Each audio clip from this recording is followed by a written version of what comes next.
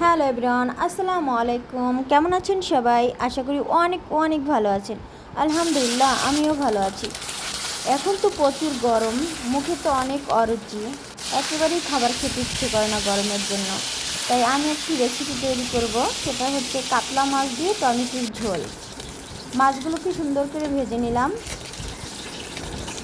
এটা খেলে মুখে অনেকটা স্বাদ লাগে, টক টক ভাব, খেতেও ভালো লাগে। ভাজা তেলে দিয়ে দিলাম পেঁয়াজ কুচি। পেঁয়াজটাকে একটু ভালো করে ভেজে নিব। এই তো ভাজা হয়ে গেছে। ভাজা পেঁয়াজের ভিতরে দিয়ে দিলাম 1 চামচ আদা রসুন বাটা। এটাকে একটু কষিয়ে নিব তেলের ভিতর।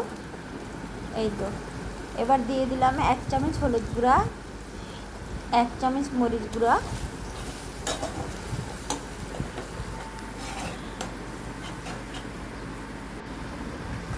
দিয়ে এবার ভালো করে কষিয়ে একটু পানি দিয়ে আবার কষিয়ে নেব। মশলা যত কষানো হবে তরকারির স্বাদ তত বেড়ে যাবে। এই যে তেল উঠে আসছে, তার মানে কষানো হয়ে গেছে। এবার দিয়ে দেবো 1 চামচ লবণ। এবার ভালো করে আবার কষিয়ে নিলাম। এবার দিয়ে দিলাম ভাজা মশলা। ভাজা মশলা দিয়ে এবার আবার ভালো করে কষিয়ে এবার দিয়ে দিলাম টমেটো। টমেটো দিয়ে এবার ভালো করে আবার কষিয়ে নিব। এই যে একটু কষানো হয়ে গেলে এর ভিতরে দিয়ে দিব পানি।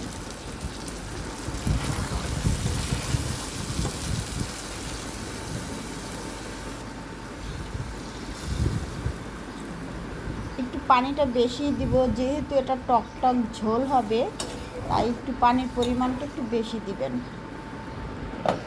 গরমে টক জাতীয় খাবার খেতে খুবই ভালো লাগে।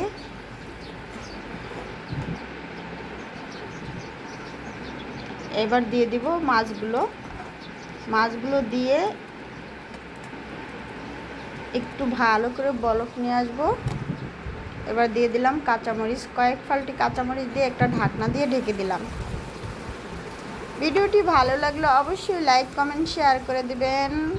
তৈরি আমার কাতলা মাছের ঝোল। খোদা হাফেজ।